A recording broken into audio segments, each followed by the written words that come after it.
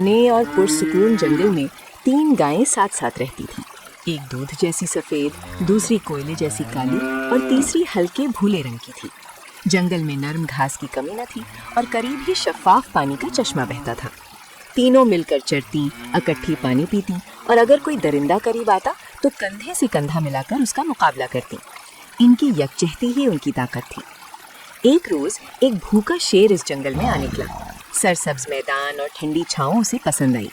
अभी वो ये सोच ही रहा था कि यहाँ बसेरा करे या नहीं, उसकी नज़र तीनों गायों पर पड़ी। उसे मोटे ताज़े शिकार दिखाई दिए, मगर वो जानता था कि जब तक ये इकट्ठी हैं, इन पर हमला करना आसान नहीं। शेर ने चालाकी से काम लेने का फैसला किया। वो नर्म लहजे और दोस्ताना अंदाज में उनके पास गया, सलाम दुआ की और बोला कि अगर इजाज़त हो तो कुछ दिन इनके साथ रहना चाहता है। गायें आपस में मशवरा करने लगी। उन्होंने सोचा कि वो 3 हैं और शेर अकेला, इसलिए इससे क्या खतरा हो सकता है। यूँ उसे रहने की इजाज़त दे दी गई। कुछ अरसा शेर ने छोटे जानवरों पर गुजारा किया, मगर उसकी नज़र असल में गायों पर ही थी। वक्त गुजरता गया और जंगल के दूसरे जानवर उसके खौफ से दूर जाने लगे। अब शेर को भूख ज़्यादा सताने लगी। उसने तय किया कि पहले इनकी दोस्ती में दरार डालनी होगी। एक दिन वो काली और भूरी गाय के पास गया।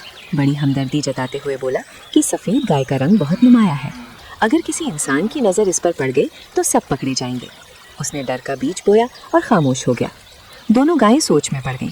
उन्हें बाद में वज़न महसूस हुआ। जब शेर ने पेशकश की कि अगर वो चाहे तो वो इस खतरे को ख़त्म कर दे, तो वो डर के मारे मान गई। यूँ सफ़ेद गाय तन्हा रह गई और शेर ने उसे मार डाला। चंद हफ्ते बाद शेर ने नई चाल चली। इस बार उसने भूरी गाय को समझाया कि काली गाय का रंग दूर से साफ दिखाई देता है, इसलिए वो भी खतरा बन सकती है। भूरी गाय पहले तजर्बे से कुछ न सीख सकी। उसने फिर शेर की बात मान ली। नतीजा वही हुआ, काली गाय भी शिकार बन गई। अब जंगल में सिर्फ शेर और भूरी गाय रह गए। कुछ दिन सुकून से गुजरे। फिर एक सुबह शेर ने साफ अल्फाज में कहा कि अब उसे भूख है और खाने को कुछ नहीं बचा। भूरी गाय घबरा गई। उसे दोस्ती की बातें याद आईं। शेर हंस पड़ा और बोला कि दरिंदा और शिकार की दोस्ती कभी सच्ची नहीं होती। इस लम्हे भूरी गाय को अपनी गलती का एहसास हुआ। उसे समझ आ गया कि जब तक वो तीनों मुत्तहिद थीं, कोई उनका कुछ नहीं बिगाड़ सका। जैसे ही उन्होंने एक दूसरे पर शक किया और खुदगर्जी को जगा दी, उनकी ताकत खत्म हो गई।